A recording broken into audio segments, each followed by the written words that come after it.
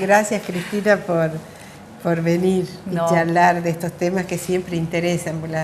La filosofía, ¿qué te significa la filosofía? Ay, bueno, la verdad que un poco yo te agradezco este espacio porque, bueno, como a mí la filosofía me gusta tanto, es como que siempre me gusta charlar estos temas y otras veces que hemos estado comentando con vos, ¿no?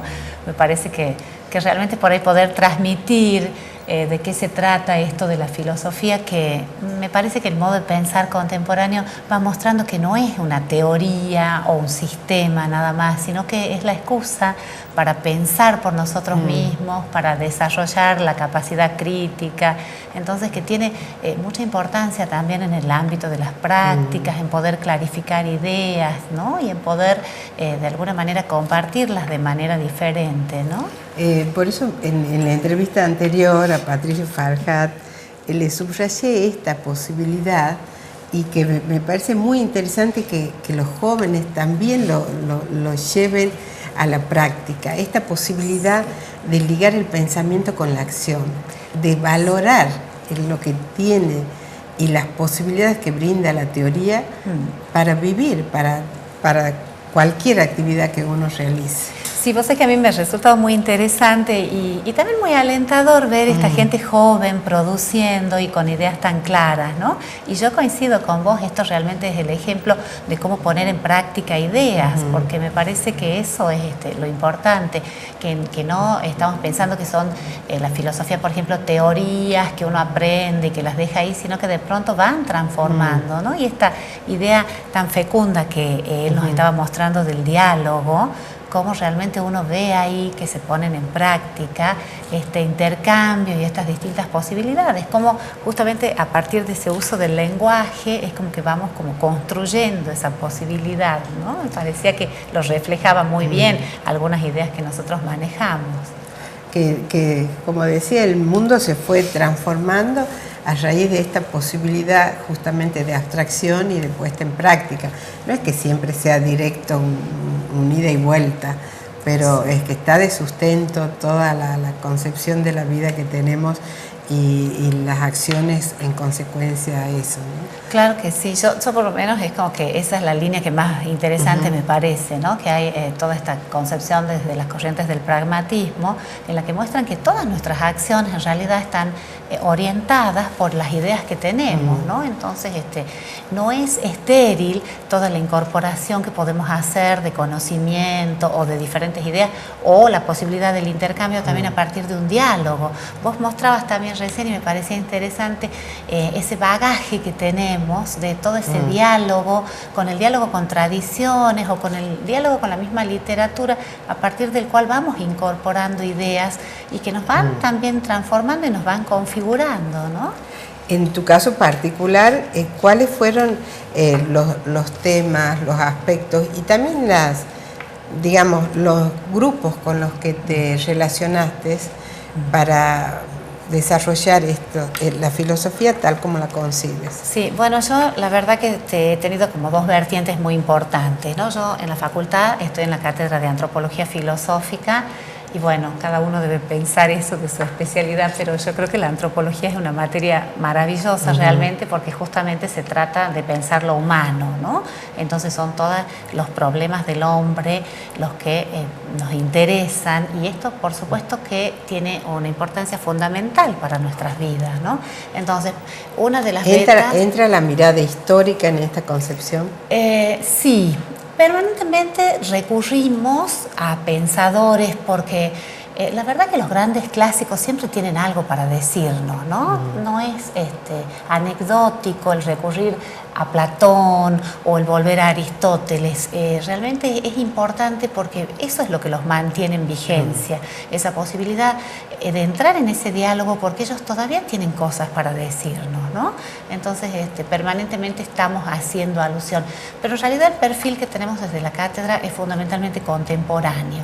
Nos interesa esta pregunta por el hombre aquí y ahora, ¿no? Para pensar quiénes somos, para pensar en los lazos sociales, para pensar cómo se está configurando la identidad.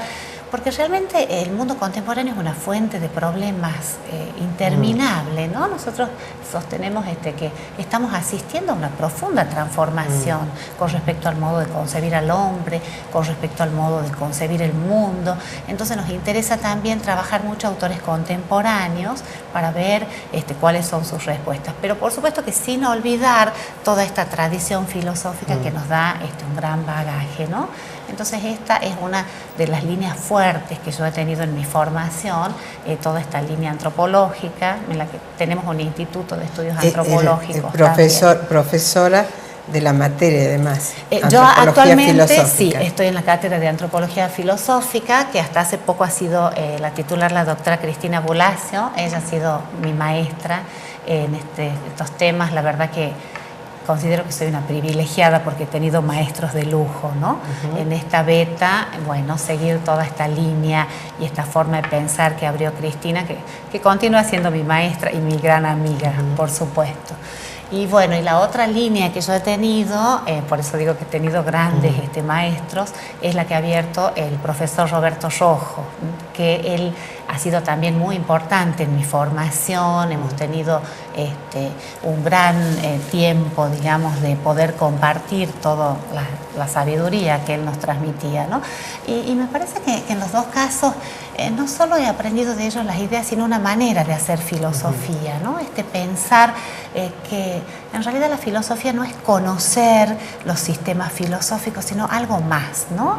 Poder pensar por nosotros mismos, y un poco eso es lo que me gusta transmitir, ¿no? Que la filosofía tiene ese papel importante porque en realidad nos transforma, ¿no? Transforma nuestra manera de pensar y de estar en el mundo. Y pienso que no necesariamente solo desde la filosofía académica, ¿no? Sino es que hay este modo tal vez filosófico de estar en el mundo, esa mirada reflexiva que hace tanta falta. ¿Cuánto necesitamos, ¿no? En la sociedad actual este ejercicio del pensamiento y también del diálogo, el poder no discutir en el sentido de oposición, tomando una posición cerrada frente a otro que toma una posición cerrada, sino justamente tomando una posición abierta, poder pensar y dialogar con el que está frente, pensando que la verdad puede estar en uno y puede estar en el otro. Sí, eso me parece a mí. Yo estoy totalmente de acuerdo con esa mirada, ¿no? Siento que digamos,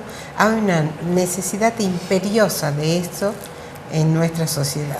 Sí, yo coincido con vos. Me parece que eso es como uno de los ejercicios más importantes porque, bueno, asistimos a la dificultad del ser humano, ¿no? De poder vivir juntos, de poder comunicarnos, de poder transmitir nuestras ideas y también en base al respeto del otro, ¿no? Entonces, me parece que muchas veces acercamiento a la filosofía nos permite ese ejercicio de mirar que hay tantas concepciones distintas, ¿no? Tantas miradas posibles que nos permite ejercitarnos en esa posición crítica, pero a la vez de apertura, porque esto me gustaba también de lo que decían recién, de este diálogo auténtico en el que estamos abiertos a escuchar al otro, ¿no? Eso lo tematiza bastante Gadamer, que habla del diálogo, y él justamente pone como ejemplo el diálogo de la negociación, de la que hablaba recién Patricio.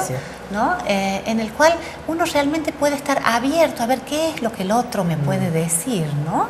Y en ese sentido el diálogo puede cumplir esa función de apertura también, que en la medida que uno dice, bueno, no, yo ya tengo mis ideas, yo ya me cierro en esto, de pronto se está cerrando a aprender, porque en realidad todos tienen algo para decirnos, ¿no? Claro, por supuesto que esto está teñido de otras cuestiones, de los intereses de cada uno, del poder que está en juego.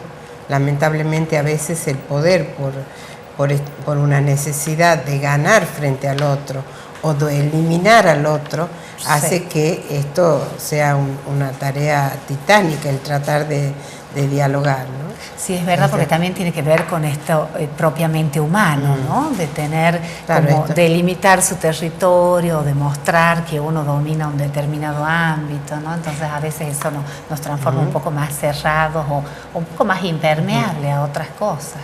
Y en este momento estás con el trabajo de tesis. Sí. ¿Qué temas estás desarrollando? Bueno, tesis para el doctorado. Sí, yo ya estoy esperando concretar esta tesis doctoral que me ha llevado mucho muchos años y, Sí, bueno, y ¿cuántos terminando. años Y yo estoy venciendo ya el plazo porque es de 10 años, que es mucho tiempo, pero la verdad que siento que la estoy terminando porque tengo que cumplir también con un plazo académico, porque en estos temas uno siente que nunca termina, ¿no? Claro, Es esta más, necesidad de saber más, de conocer más, de leer más, y que es inagotable, porque la posibilidad de conocimiento es inagotable. es inagotable y uno lo va viviendo así, entonces es como que cada línea que decir queremos ir basta. cerrando, siento que se abren posibilidades y bueno, me voy abriendo hasta que ya llega un momento que los mismos plazos, por suerte en una de esas, Y sí, nos dicen, porque bueno, hasta ayudan acá, también. entonces cerramos esta etapa, ¿no?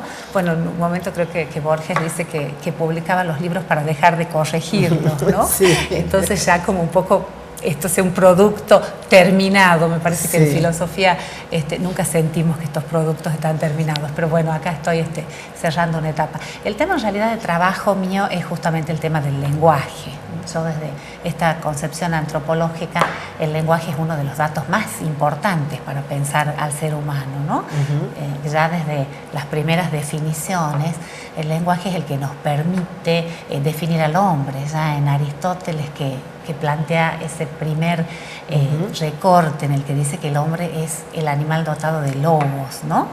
¿Qué le significó al hombre hablar?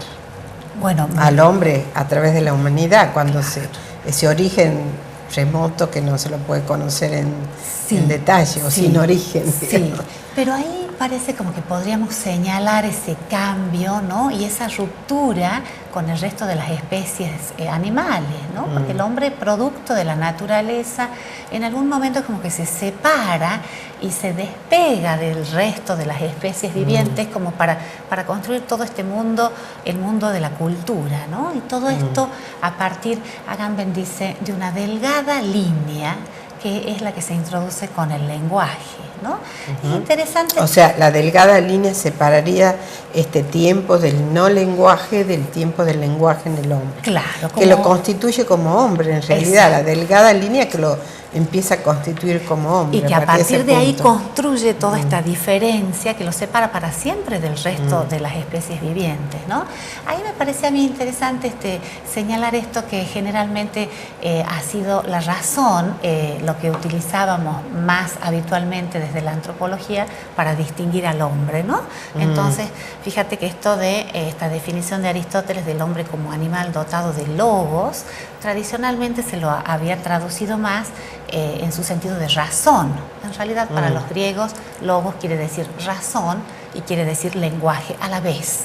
No es que es razón y lenguaje, sino como un solo significado en el que ellos no distinguían. Y la traducción tradicional ha puesto el énfasis en esto del hombre como animal racional.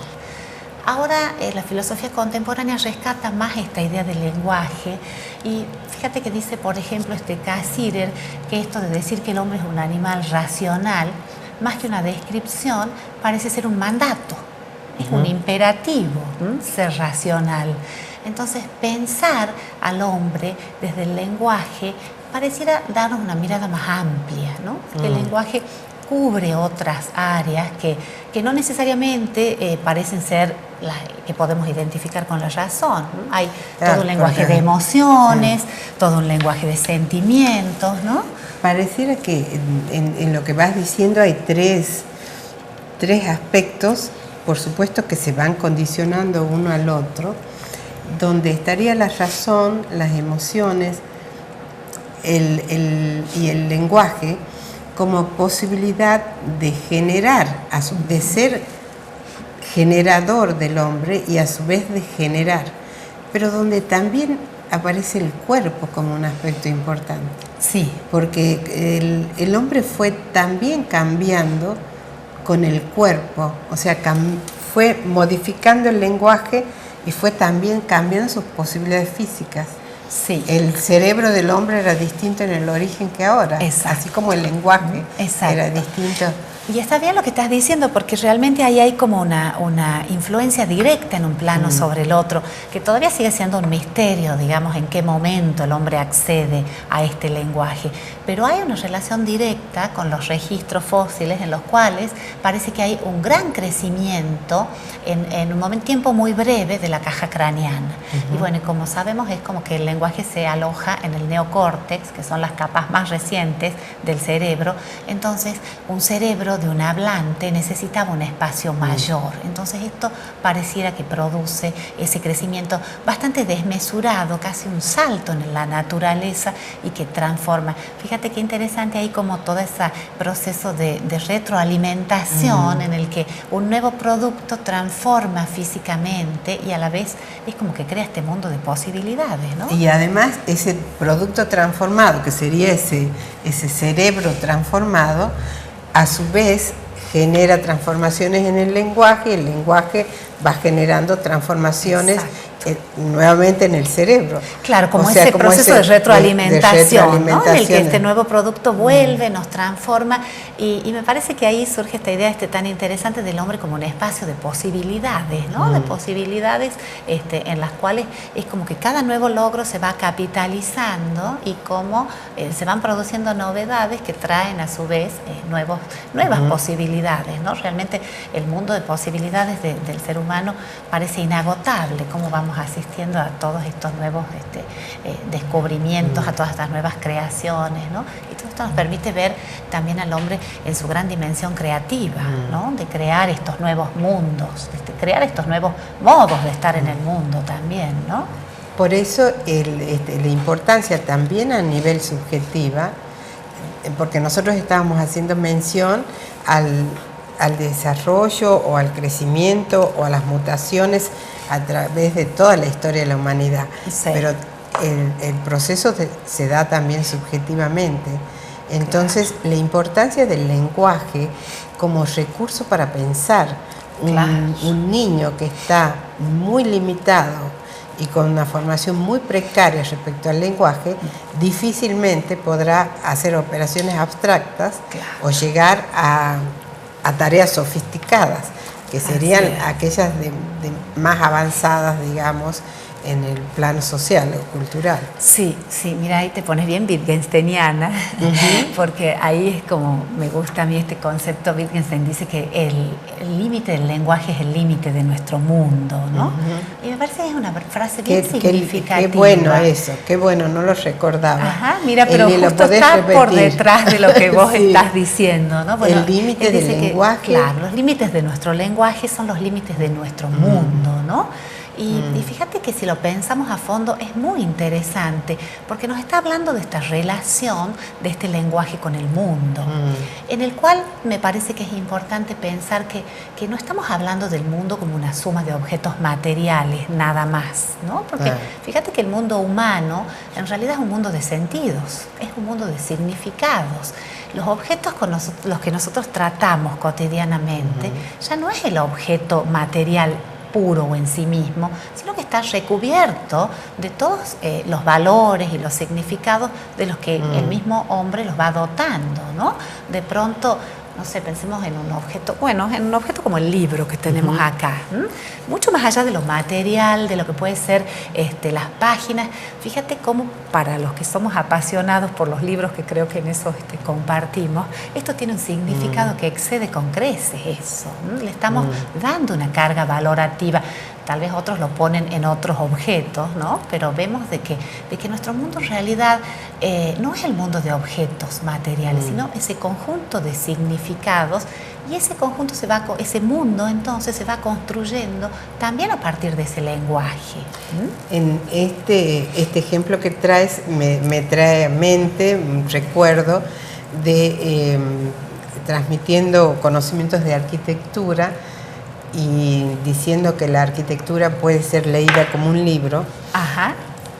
El ejemplo era si alguien es dejado en un helicóptero, por ejemplo, en la Plaza Independencia, y que no conoce nada de la ciudad, hay una serie de significaciones que están implícitas, que por supuesto depende también de quién recibe esta información, quién claro, es el personaje, de quién lo lee a ese libro. Quien lee esa plaza, puede hacer una serie de hipótesis de lo que es la ciudad. Claro que sí. O sea, porque hay ya muchas cargas de significaciones que puede despertar ese entorno y que puede ser leído como un libro. Exacto, me parece que está bueno el ejemplo porque fíjate que mucho más de lo que nos damos cuenta estamos atravesados por todos esos procesos simbólicos, ¿no? A veces creemos que estamos accediendo a una información objetiva y no nos damos cuenta que eso también tiene una fuerte carga de simbolismo que nosotros estamos leyendo y que tiene que ver con las pautas de la cultura en la que vivimos, ¿no? Entonces que lo vamos dotando de importancia o de significados casi de una manera que creemos que son naturales, que esto pertenece a la naturaleza de los objetos y en realidad son cargas simbólicas que también le vamos poniendo. Entonces todo esto tiene que ver también con ese lenguaje que va transformando esos objetos en objetos significativos. Y además es como que me gusta esta idea de los límites del lenguaje como límites del mundo, porque no es una idea cerrada. Esos límites se van expandiendo. Y tiene que ver con esto que vos decías, que de pronto si tenemos también un lenguaje pobre, vamos a vivir en un mundo bastante pobre. Entonces la posibilidad de ir enriqueciendo ese mundo a partir de los matices que vamos introduciendo, ¿no? No se trata del lenguaje como un límite rígido, sino que tenemos justamente este hombre como espacio de posibilidades, tiene la posibilidad de ir enriqueciendo. Me parece que por ahí si nos detenemos a pensar, podemos ver cómo de pronto la literatura va incorporando mundos de sentido que van acrecentando o ensanchando nuestro mundo, ¿no? Las fronteras se van ampliando y vamos como ingresando a nuevos universos que van haciendo nuestro mundo más rico. Y que en situaciones de mayor, lamentablemente, en situaciones de observar y de conocer el lenguaje de grupos que están en situaciones de mayor indigencia o de desprotección social desde todos los aspectos, también podemos observar la correspondencia con las limitaciones, con la precariedad del lenguaje.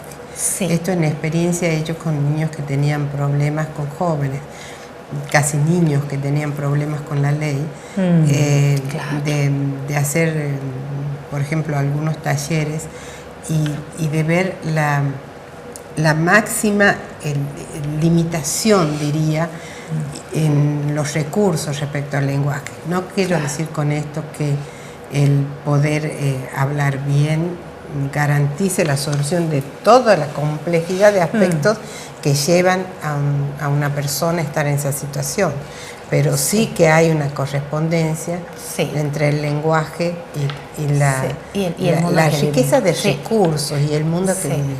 Y es verdad lo que vos dices, porque fíjate que yo también he leído algunos artículos en los cuales fíjate que el lenguaje representa esa forma en la que la persona está viviendo, como de pronto un chico agredido va a tener incorporado en su vocabulario muchas palabras también que hablan de esta violencia. Entonces hay como una relación bastante cercana entre el lenguaje que utilizamos y la forma en la que estamos viviendo, ¿no? Lo que me parece que de pronto es como interesante que esto no nos impone límites rígidos, sino que podemos como ir incorporando, ¿no? Y bueno, y hay bastantes experiencias también de gente así en situaciones marginales, como se incorporan, por ejemplo, a través del arte o a través de la música. El enriquecimiento personal que significa ya ese cambio respecto al lenguaje. Claro, ese cambio, y ese cambio que va a introducir cosas nuevas en su mundo, ¿no? Porque está bien lo que vos dices y cómo realmente son tan graves estos problemas de gente marginal o carenciada, pero muchas veces no es solamente lo material lo que necesitan, ¿no? Estos a veces acercamientos que se están produciendo, hay muchas experiencias ahora en la actualidad de que se llega con talleres de música, por ejemplo, y de pronto abre un nuevo mundo, ¿no? Y le da como la posibilidad de insertarse desde otra manera. Entonces este mundo de la cultura también me parece que enriquece y tal vez en el sentido más importante, ¿no?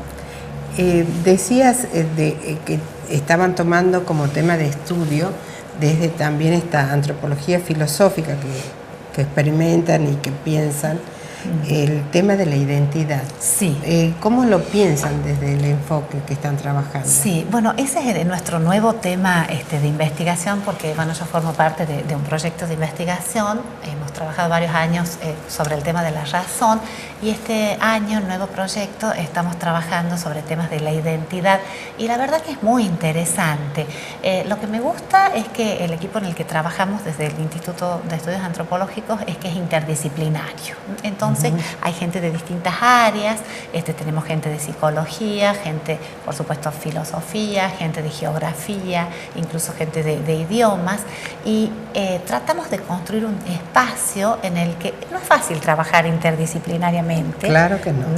Claro, porque a veces es muy interesante como proyecto. Después en la práctica surgen algunas dificultades, pero creo que lo vamos logrando, y eso permite enriquecernos, ver cómo, por ejemplo, ideas que nosotros estamos encontrando en la filosofía, las vemos que están apareciendo en el ámbito de la psicología también, y vamos como haciendo estos contactos. Como por ejemplo. Y bueno, yo justamente siempre por detrás del tema del lenguaje, dentro de la filosofía se está poniendo mucho el acento en la posibilidad de ir construyendo esa identidad a partir del lenguaje, ¿no? En la filosofía hay corrientes francesas, por ejemplo, Lyotard, que habla de los relatos, como nuestra identidad no está pensada como una identidad sustancial en la que decimos, bueno, ya somos de una determinada manera, ¿no? Sino pensada como un proceso, la identidad como un proceso. A mí esa idea me gusta mucho, me parece que es muy productiva, porque lo pensamos al ser humano también como algo dinámico. Claro, no como un hallazgo, como algo que está ya determinado y cerrado. Exacto. Al contrario, la identidad es móvil y se va haciendo en el andar. Y se va construyendo. Se va construyendo, ¿no? claro, Entonces, se va construyendo en el andar. Claro, y fíjate que ellos es como que muestran cómo hay una parte muy importante de nosotros que está construida por esos relatos. El relato sería esa narración familiar, por ejemplo, en la que van transmitiendo valores y en la que eso va sedimentando una determinada forma de ser y de estar en el mundo. Ellos muestran también que hoy tiene mucha presencia el relato de los medios masivos de comunicación, ¿no? Cómo está como conformando determinadas identidades, ¿no? Entonces, de alguna manera, esos procesos en los que nos vamos formando, en los que por supuesto tiene una importancia muy grande esto de cómo nos hablan y quién nos ha hablado, y tiene que ver con todas estas instancias de la psicología, ¿no? La palabra del padre, y cómo ahora también se piensa mucho en esto del tema de los rótulos, como de pronto ese rótulo que a veces se impone al niño, ¿no es cierto? Vos sos un mal alumno, por ejemplo, y cómo ese rótulo lo va marcando y le va generando esa identidad, ¿no? Entonces, como ahí habría como por ahí la posibilidad de encontrar desde distintas disciplinas unas ideas similares. Y además el cuidado, la necesidad del cuidado de cómo se establezca ese lazo del lenguaje. Exacto. Hecho de lenguaje, por ejemplo, en este caso particular que traes de niño, de padres a niños y a la inversa. Tal donde estaría implícito una necesidad de respeto y de reconocimiento de las virtudes. Claro. No poner el acento en lo negativo, sino en aquellos recursos que se tiene. Y también ese reconocimiento a lo diferente. Exacto. Estaba pensando lo que está ocurriendo respecto al lenguaje, en los lenguajes de fronteras, que son nuevas modalidades de lenguaje que antes podíamos plantear están mal hablados. Claro. Porque no hablan ni en portugués ni en español, por ejemplo, en la frontera entre Brasil y Argentina. O no habla ni español ni inglés, que si está en la frontera con México y Estados Unidos, y sin embargo ahora se reconoce y hay radios que hablan el lenguaje de frontera, de Claro, cualquiera porque se trata. fíjate que esos lenguajes de frontera que vos dices están dando cuenta de una forma de vida en la cual están permanentemente intercambiados, claro. Entonces me parece que un poco se está rompiendo con esta tradición de esto está mal y esto es incorrecto, para ir mostrando que bueno, hay casos en los que estas transformaciones dan cuenta de procesos y que de alguna manera conforman también una identidad particular, ¿no? Esos idiomas nos están hablando de una determinada ubicación geográfica, de una determinada forma de estar en el mundo también, ¿no? En la que no se sienten identificados ni con un idioma ni con el otro. Y además de una geografía, ¿no? De una geografía de un cuerpo. Claro, y va configurando esa identidad de frontera que vos dices, ¿no? Que también se va conformando a partir de esto. Así que es interesante pensarlo como también son todas estas modalidades nuevas de los lenguajes que van apareciendo y que están dando cuenta de prácticas y de modos de estar en el mundo, ¿no? Yo a veces también veo que hay como mucha crítica a veces al lenguaje de los jóvenes, del chat o por teléfono que se acorta.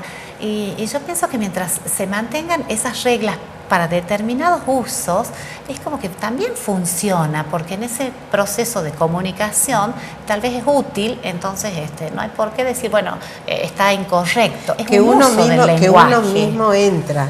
Claro. Porque creo que hay recursos que uno puede tener en la escritura.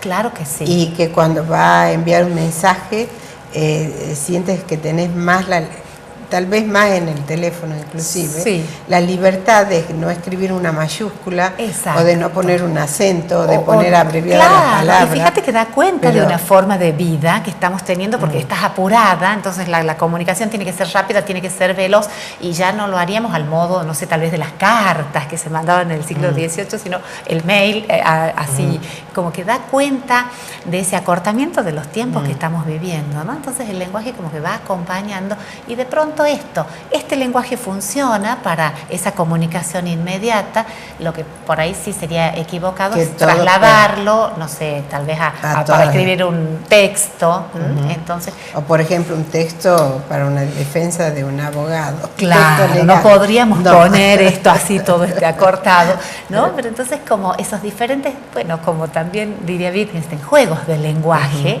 que están dando cuenta de formas de estar en el mundo y cada uno tiene sus reglas y sus lugares. Bueno, yo te agradezco muchísimo porque hemos llegado al final. Ah, bueno. Y siempre queda espero no haber hecho abuso del lenguaje. No, pero no para nada, porque aquí en todo caso tenemos que hacer abuso del lenguaje. Bueno, yo te agradezco porque la verdad que siempre es un gusto conversar con vos. Gracias. Así que muchas gracias.